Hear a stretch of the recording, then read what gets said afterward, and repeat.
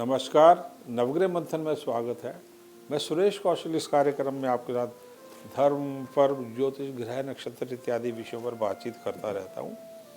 देखिए, कभी कभार जीवन में इस प्रकार के बड़े ग्रह परिवर्तन आते हैं जिनका दूरगामी दृष्टिकोण से बड़ा शुभ या अशुभ प्रभाव पड़ सकता है। कुछ शुभ परिवर्तन की हर एस्ट्रोलॉजर या हर इंसान जो है अपेक्षा करता कभी वक्त अच्छा होगा। पिछले 1-1.5 वर्ष हम देख रहे हैं कि कुछ समय पूरी दुनिया या भारत या हम लोगों के लिए खराब जा रहा था। अब उसी से निजात पाने के लिए देवग्रह बृहस्पति अपना राशि परिवर्तन कर रहे हैं 6 अप्रैल 2021 को रात्रि को 12:23 पर, तथा ये 14 सितंबर 2021 दोपहर 2:30 बजे तक ये परिवर्तन का समय चलता रहेगा। क्या है ये परिवर्तन? ये परिवर्तन है देवगुरु बृहस्पति अपनी नीच राशि मकर से, जिसमें शनि के साथ वो भ्रमण कर रहे थे, कुंभ में प्रवेश करेंगे।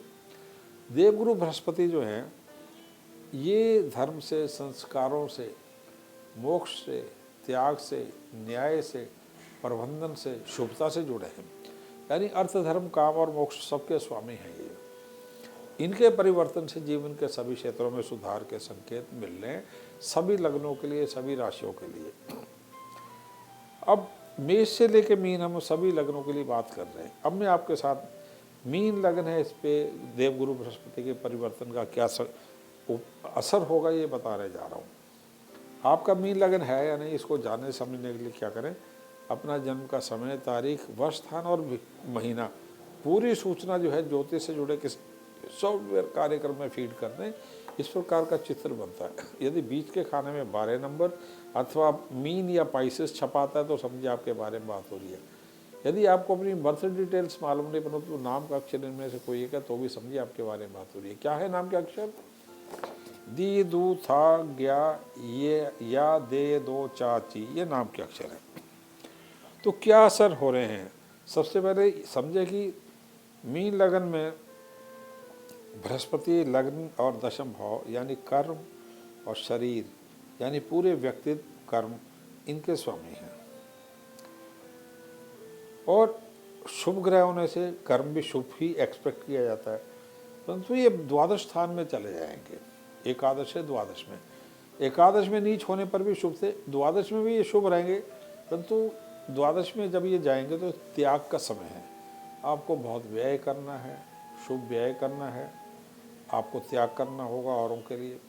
विदेश में जाने के मौके मिलेंगे। एक प्रकार से आप बहुत गेन नहीं एक्सपेक्ट कर सकते, नुकसान भी एक्सपेक्ट नहीं कर सकते, क्योंकि शनि की स्थिति शुभ है, परंतु त्यागमय समय रहेगा।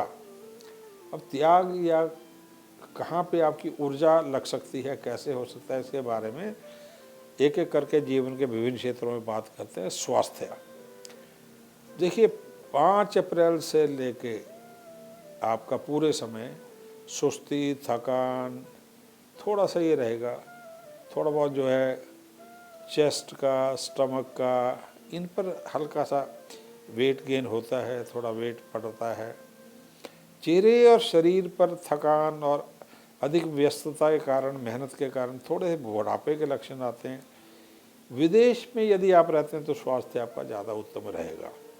20 जुलाई से 5 सितंबर में हर्निया, ब्लड प्रेशर, स्टमक, और आप ये कह सकते हैं कि ब्लड प्रेशर हुआ, पैरों की थकान हुई, स्पॉन्डिलाइटिस, और थाइज में पेन का, मोच का, और कभी कभार जो है फीवर्स का ये समय चल सकता है।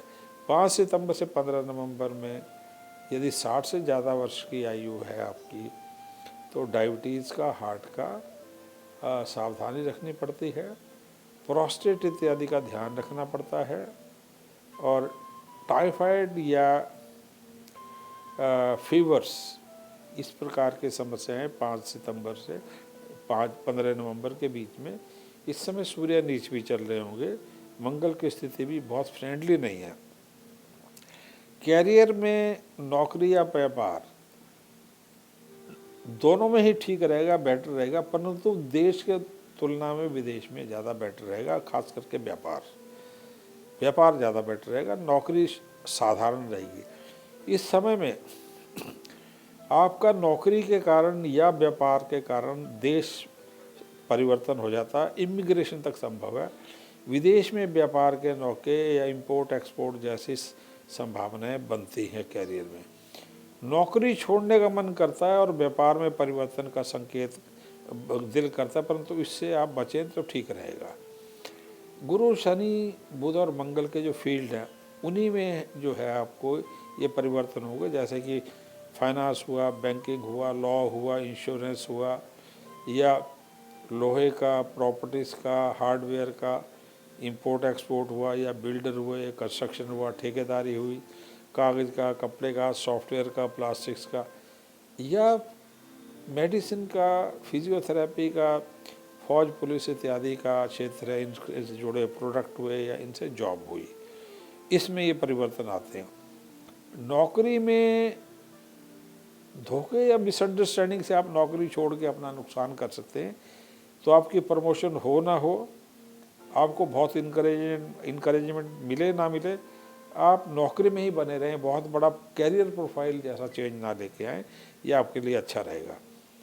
शिक्षा में 5 अप्रैल से लेकर 2 जून में आप देश विदेश में इकोनॉमिक्स, बीकॉम, एमकॉम, मेडिसिन की पढ़ाई, सर्जरी की पढ़ाई, चिकित्सा में फिजियोथेरेपी जैसी, आयुर्वेद जैसी, योगा जैसी पढ़ाइयाँ ये कर सकते हैं।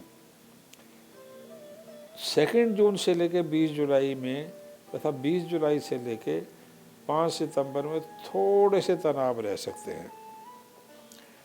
परंतु शिक्षा की बात करें तो जो मीडिया, एडवर्टाइजिंग का और इलेक्ट्रिकल, मैकेनिकल इंजीनियरिंग हुई और एग्रीकल्चरल इंजीनियरिंग हुई, MBA इत्यादि हुआ, विदेश में लॉ, LLM इत्यादि की पढ़ाई हुई, सिविल इंजीनियरिंग या ये फॉरेस्ट्री से जुड़ी पढ़ाई हुई विदेश में, ये क्षेत्र उत्तम रहेंगे। विशेष करके मेडिसिन का, फाइनेंस का और सॉफ्टवेयर, कागज़, कपड़ा, प्लास्टिक के क्षेत्रों में अच्छे रिजल्ट्स आपको पढ़ाई के लिए मिलेंगे। फाइनेंस के लिए धन के लिए 5 अप्रैल से लेकर 2 जून का समय उत्तम रहेगा। फिर 20 जुलाई से 5 नवंबर तक देश और विदेश से रुके धन की प्राप्ति का योग है। IT, इनकम टैक्स से, बैंक से, इंश्योरेंस से, ब्याज से धन मिलेगा। 2 जून से 20 जुलाई में किराया, शेयर मार्केट, भूमि तथा जीवन साथी की सहायता से आपको धन प्राप्ति के, पिता की सहायता से धन प्राप्ति के योग बनते हैं। व्यापार में उधार देने से मौके ज़बरदस्ती बनेंगे, आपको देना पड़ सकता है, वहाँ खर्चा हो जाएगा। आपको लोहे के क्षेत्र से, पूरे शनि के क्षेत्र से, ब्याज से, बैंकिंग से, इंश्योरेंस से, IT से, प्लास्टिक से, कागज़ से, इंपोर्ट एक्सपोर्ट, कपड़े के इंपोर्ट एक्सपोर्ट से, इन क्षेत्रों से धन प्राप्ति के स्ट्रॉन्ग योग बने पड़े हैं।